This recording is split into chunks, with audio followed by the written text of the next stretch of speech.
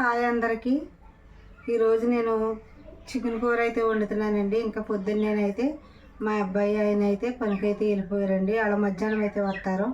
వాళ్ళు వచ్చేసరికి నేను చికెన్ కూర అయితే వండేసి ఉంచుతానండి. నేను నా పద్ధతిలో చికెన్ కూర ఎలా వండుతున్నాను ఒకసారి అయితే చూడండి. చికెన్కి అయితే ఉప్పు కారం పెట్టేసి పక్కన పెట్టుకున్నానండి. ఉప్పు కారం పెట్టుకుంటే చికెన్ కర్రీ అనేది టేస్ట్గా ఉంటుంది. చికెన్ కర్రీలోకి కావాల్సిన పదార్థాలన్నీ తయారు చేసుకుని పక్కన అయితే పెట్టేసుకున్నాను.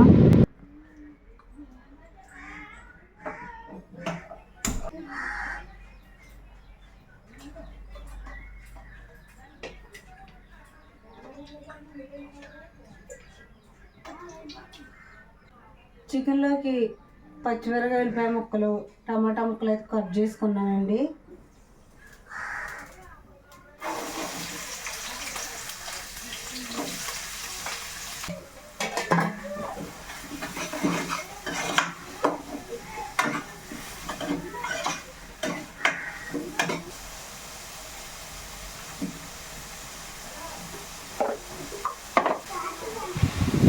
ఉల్లిపాయ ముక్కల్లోకి అయితే మనకి పసుపు సాల్ట్ వేసేసుకుంటే చక్కగా మగ్గిపోతాయండి. ఇంకా తర్వాత మూత పెట్టుకుంటే ఇంకా ఉల్లిపాయలు అనేవి మనకు మగ్గిపోతాయి.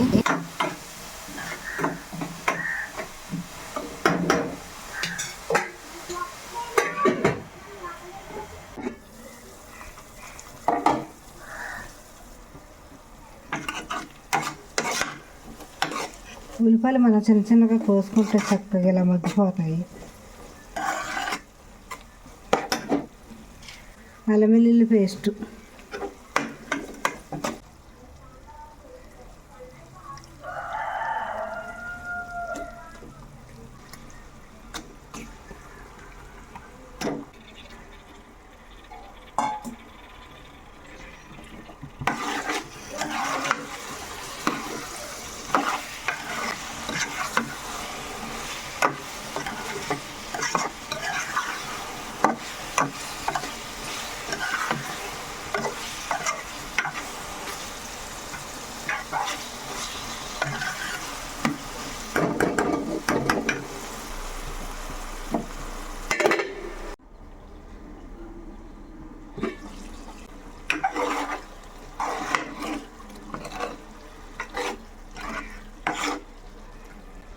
చికెన్లో ఫస్ట్ ఉప్పు కలిపాను, కారం కూడా కలిపాను. ఇంక ఉప్పు అయితే అవసరం లేదు, ఇప్పుడు కారం వేసుకుంటే సరిపోద్ది.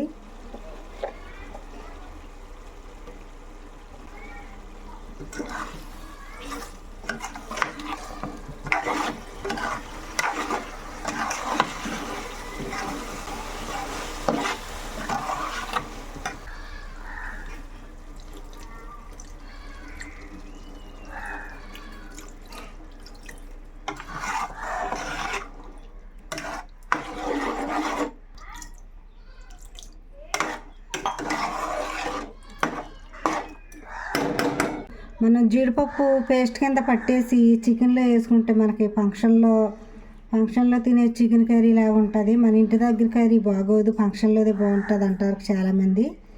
మనం ఇలా చేసుకుంటే అసలు ఫంక్షన్లో కర్రీ కూడా సరిపోదు, అంత బాగుంటుంది. చూడండి, నేను ఇప్పుడు పేస్ట్ అయితే చేసుకొస్తాను.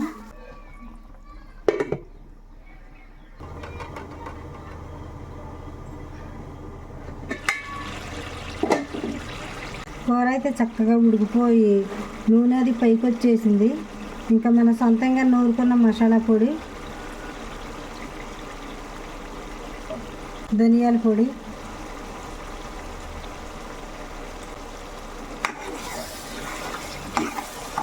చూడండి కూర ఎలాగా దగ్గరికి ఎగిరిపోయింది. టేస్ట్ అనేది ఇలా వండుకుంటే చాలా బాగుంటుంది.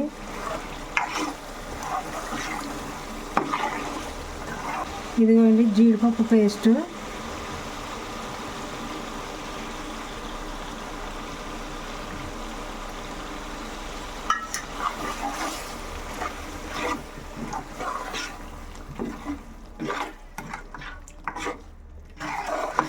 మనకి ఫంక్షన్లో ఉన్న చికెన్ కర్రీ లాగానే ఉంటుంది.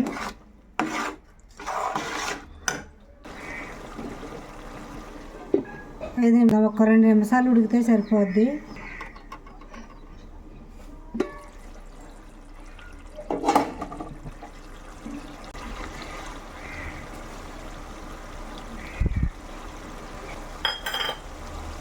లాస్ట్గా కొత్తిమీర వేసుకుని దింపేసుకుంటే సరిపోద్ది.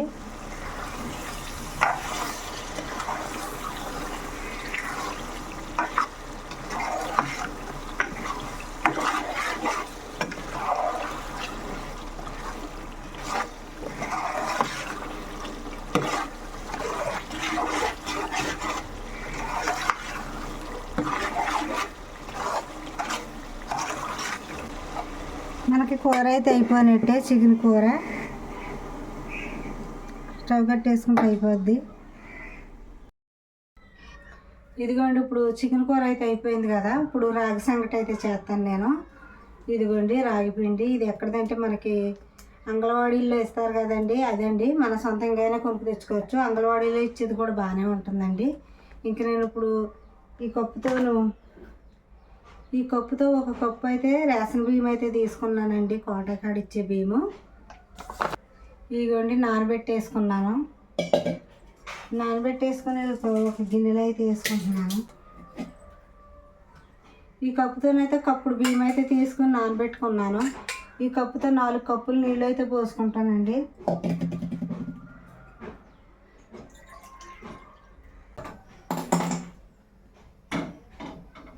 ఈ కప్పుతో కప్పుడు బియ్యం తీసుకున్నాను. ఈ కప్పుతో ఒక కప్పు రాగి పిండి తీసుకున్నాను. 4 కప్పులేమో వాటర్ తీసుకున్నాను. ఇంకా బియ్యాన్ని ఉడికించేద్దాను 4 కప్పులు వాటర్లో. ఈ కప్పుతో టేస్ట్కి సరిపడా సాల్ట్ అయితే వేసుకుంటున్నాను. అన్నం అయితే ఉడికిపోయింది. ఇంకా మనం రాగి పిండి అయితే వేసేసుకుని ఇంకా ముద్దగా అయితే చేసేసుకుంటామే. అన్నం బాగానే ఉడికిపోయిందండి. మనకు స్టోర్ బియ్యమే తీసుకోవాలి మనం రాగి సంగటి చేసుకునేటప్పుడు.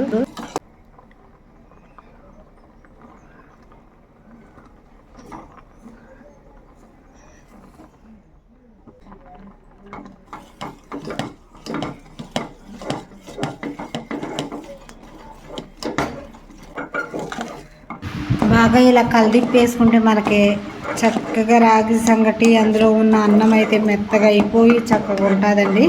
మనం గట్టితో అలాగా వేడివేడిగా ఉన్నప్పుడు అలా కలిదిప్పేసుకోవాలి.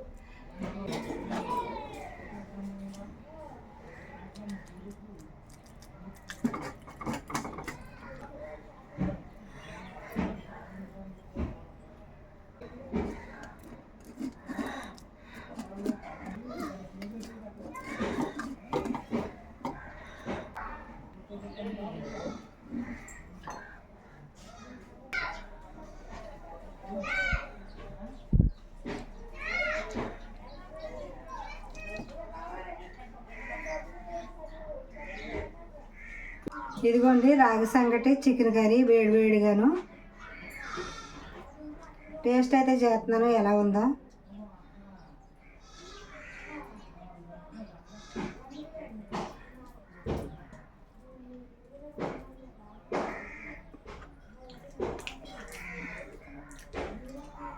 చాలా బాగుందండి. మనకి ఇలాగ రోజుకు ఒక పూటలోనైనా మనం ఇలా రాగి సంగటి తింటే మనకి చాలా ఆరోగ్యానికి చాలా మంచిదండి. షుగర్ బీపీలు ఉన్నవాళ్ళు కూడా చాలా మంచిదండి తినాలండి. కాళ్ళ నొప్పులు ఉన్నవాళ్ళు కూడా తినాలండి. కాళ్ళ నొప్పులు అంటూ ఉండదు. ఇలా రాగి సంగటి రాగి పిండితో చేసుకున్న ఏ అయినా తింటే అసలు బాగుంటుందండి. చాలా బాగుందండి. ఉప్పు రాగి సంగటిలోను కూరలో కూడా కరెక్ట్గా సరిపోయింది. బాగుందండి.